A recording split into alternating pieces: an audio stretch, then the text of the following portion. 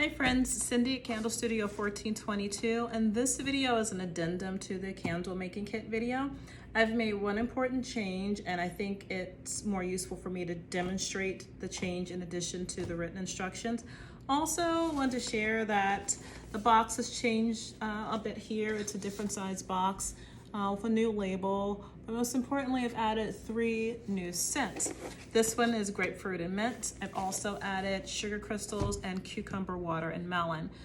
Particularly grapefruit and mint and cucumber water and melon are 2 of my most popular scents for candle pouring when people come in and make their candles, along with white tea. That's one that's already available. I'm also going to be adding Egyptian amber, which is also a very popular scent. So look out for Egyptian amber in the coming weeks. But for now, I want to show you the change in the box. And before I had this wick holder in, and this is to help center your wick. So I have a jar here for an example. You would just thread your wick through there, and at this point you would have wax in here. Your hot wax as you're at the end of the process right now. Now this is a handy tool, but I've noticed that sometimes you may have issues with it slotting a bit, and you have to put a little piece of tape on the edge of the jar just to keep it in place. So I've changed to the very handy clothespin, which is exactly what I use during the candle pourings here in the studio. And the clothespin has this metal hole right here, and that's where you're going to thread your wick at. Pretty easy. You just want to make sure you hold your wick as straight as possible. Don't pull it too much, but you definitely want it to be straight. You want to put it through that hole and just let the clothespin drop. Again, you're going to have your hot wax in here at this point because you're at the end of the process of making the candle. Don't worry about centering the wick at this point, but just make sure that it's straight.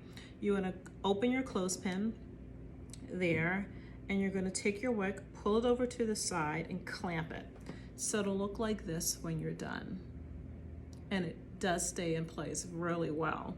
And this is the point where you want to make sure that it's centered just so your candle can burn evenly, and you just want to let it be just like the previous instructions stated. You don't want to bother it for at least 2 hours. If you can allow more time, all the better. You want to wait at least 2 hours before you remove the clothespin, and you just unclip it, take it off, and clip it to about 1/4 inch. I don't think I mentioned that in the previous instructions, but of course you have to trim your wick.